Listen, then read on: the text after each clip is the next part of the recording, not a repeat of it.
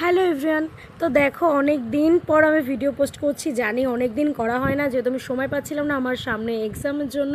তো যাই হোক, এক্সাম তো হয়েও গেছে, আবার সামনেও আছে, তো আজকে একটু সময় পেয়েছি, ওই জন্য ভিডিওটা এডিট করতে বসেছি।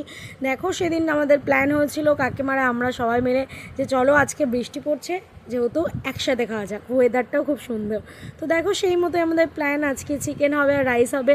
সেই মতো দেখো রাইসের জন্য সমস্ত সবজি ভালো করে ভেজে নেওয়া আছে, এদিকে কাজু কিশমিশ সব কিছু ভাজা, আর এদিকে চিকেনের জন্য মশলাটাও ভালো করে করা আছে, এদিকে মাংসটাও ম্যারিনেট করে রাখা আছে, আর এদিকে গরম মশলা তেলের পরে পেঁয়াজ দিয়ে ভালো করে একটু ভেজে ভেজে নিয়ে তারপরে চিকেনটার মধ্যে দিয়ে ভালো করে ভেজে নিয়ে তুলে রেখে দেয়। এইভাবে আমাদের বাড়িতে মাংস করে।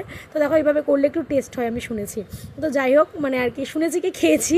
যে তারপরে দেখো মশলাটাও ভালো করে দিয়ে দিল, মশলাটাও ভালো করে একটু কষিয়ে নিলে যতক্ষণ না তেল বেরোলো, তারপরে মশলা দিয়ে মাংস দিয়ে কষিয়ে নিয়ে জল দিয়ে দিল। তারপরে দেখো হট করে আমার একটা পার্সেল এলো, তো সেটাকে আমি আনবক্সিং করলাম। সানস্ক্রিনটা অর্ডার করেছিলাম, এলো।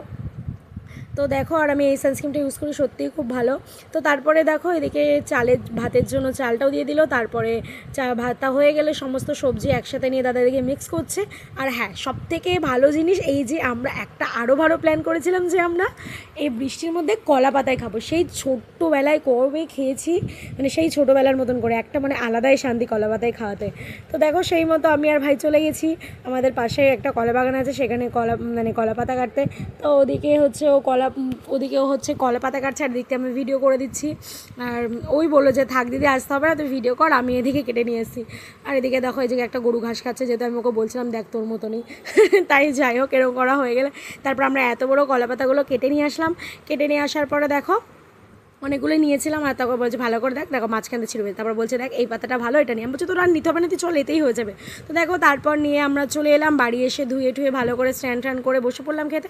আর এই যে আমাদের খাবার। সবাই দেখো, থ্যাংক ইউ ফর ওয়াচিং।